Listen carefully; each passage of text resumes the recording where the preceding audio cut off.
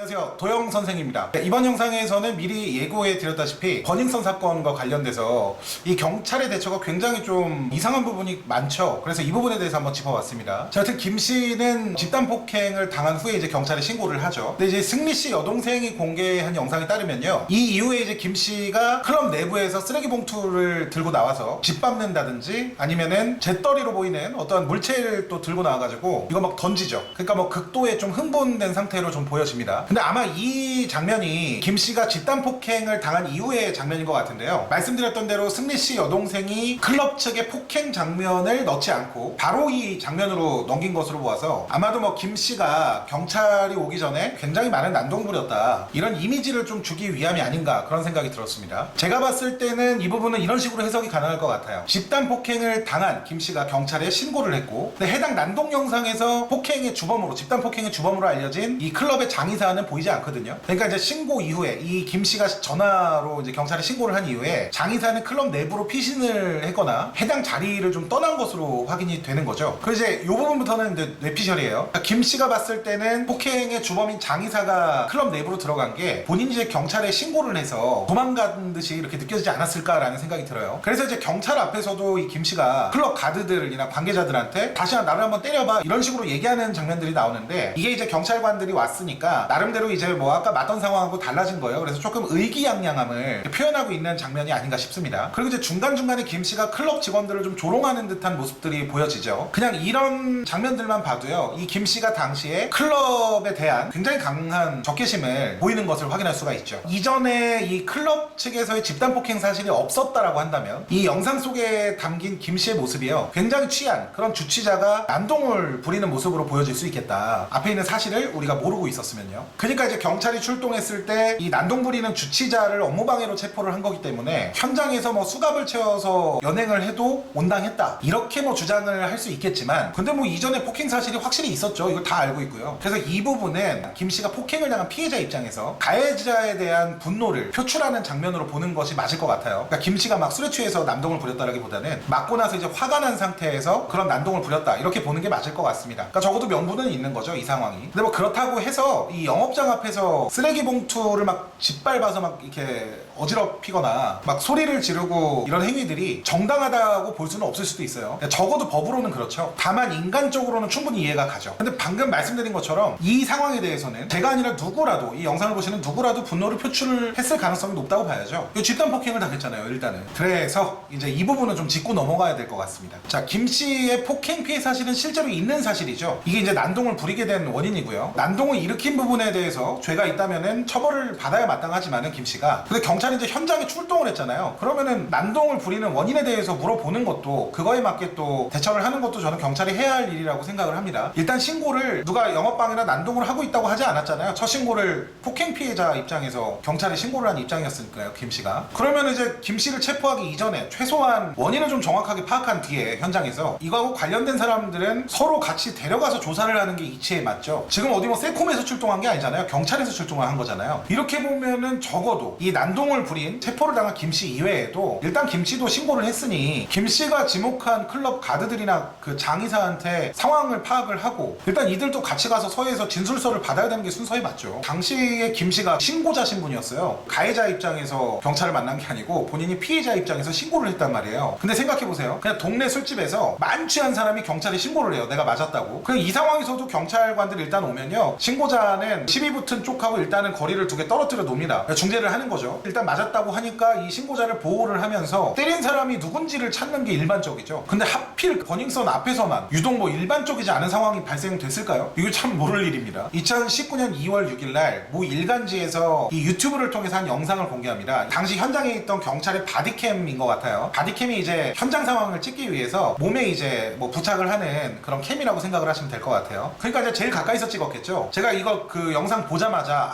이게 이때 이제 체포 당시에 가장 객관적인 상황을 담은 그런 장면들이 이 안에 있겠구나라고 생각해서 바로 이제 클릭을 했습니다. 예상대로 이제 바로 옆에서 찍혔기 때문에 되게 많은 상황들이 담겨 있어요. 근데 마찬가지로 여기 이상한 점이 한둘이 아닙니다. 이 경찰의 태도에 의해서 흥분한 김 씨가 가드들하고 막 신경전을 벌이는 장면이 있거든요, 처음에. 김 씨가 이제 계속 주장을 해요, 내가 맞았다고. 근데 보통은 이렇게 내가 맞았다라고 얘기를 하면은 누가 때렸냐라고 물어보는 게 이제 보통은 현장 출동한 경찰들의 대처 방식이죠. 그렇게 해야 되고요. 근데 이제 현장에서 경찰 경찰들이요 계속 진정해라, 뭐 그만해라 이렇게만 얘기를 해요. 물론 김 씨가 흥분된 상태이니까 당연히 자제를 시키고 얘기를 들으려고 했을 거라고 생각을 합니다. 근데 문제 이게 길어요. 꽤 오랜 시간 동안 이 바디캠에서 김 씨가 본인이 폭행을 당했다라고 얘기를 하는데 그 긴 시간 동안 영상에서는 누가 때렸느냐, 때렸다고 지목받은 사람한테 가서 때린 사실이 있느냐, 뭐 이런 얘기를 하는 질문하는 장면이 진짜 1도 잡혀있지를 않습니다. 근데 이게 바디캠 바로 옆에서 찍은 거예요. 그럼 그런 사실이 없다고 보는 게 맞겠죠. 이 부분은 이제 김 씨하고 입장을 바꿔보면 굉장히 간단한 문제일 듯 싶습니다. 그러니까 뭐 이렇게 길거리 같은 데서 우연하게 시비가 붙어서 길거리에서 상대측으로부터 집단 폭행을 당했다라고 한번 생각을 해볼게요. 그리고 나서 이제 신고를 했는데 가장 나를 많이 때린 주범이 어딘가로 사라졌어요. 나는 그 놈을 잡아서 처벌을 해야겠는데. 그래서 이제 신고를 받고 출동한 경찰관한테 이 얘기를 합니다.